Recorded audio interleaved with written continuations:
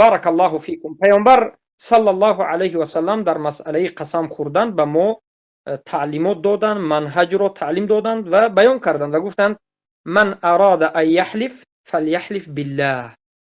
هر کسی که میخواهد قسم بخورد پس قسم فقط به الله بخورد. سه نمود قسم است: والله، بالله، تالله. از همین سه نمود قسم موحد مسلمان دیگر قسمی زیادتی نمیخورد، نه به قرآن، نه به خانه کعبه، نه به دیگر چیزها، و این درست نیست.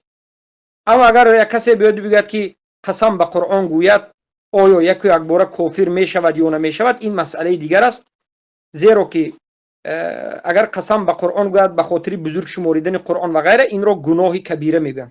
اما قرآن زند گوید به این معنا که قرآن انسان را زده میتواند، گویا که قرآن مستقل بلا و آفت را میرساند بگوید، این هم تفصیلات دارد. بعض از علما اگر کلام الله گوید این دیگر مسئله است میگن، خود قرآن اگر کتاب ورقه گوید این دیگر مسئله. این درست نیست، این درست نیست.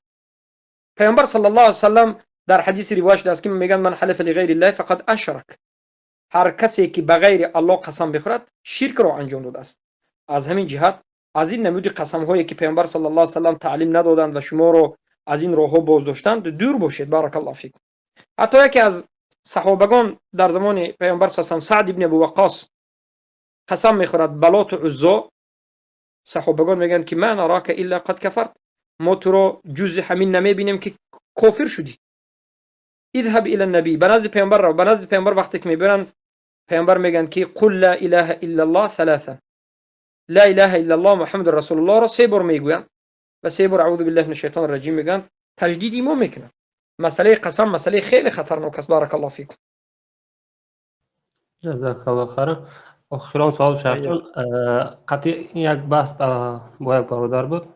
دلیل این برای قسم خوردن قرآن گفت که این کلامی الله هست، این مخلوق نیسته، به همین خاطر حتی اجازت گفتایی بودم. خیلی بحث بود، اینا جوابش گرفتم. سوال دیگه که میگه نه مسئله دیگر مسئله ببینید یک لحظه، این مسئله دیگه خیلی مسئله است. اگر کسی که قرآن گفته مقصدش کلام الله مخلوق، همین کلام الله گفته قسم بخورد، بله قسم خورد به کلام الله، اگر چی که این درست نیست از نظر منهج پیامبر صلی الله علیه و آله این کار نکردن، لیکن ما این آدم گناهگار یا که مشرک شد یا که گناهگار شد یا که گناه کبیره کرد نمیگیم.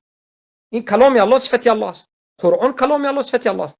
اما همین کتاب ورق، همین کتاب ورقش به قسم خورد، این درست نیست. بارک الله فیکم.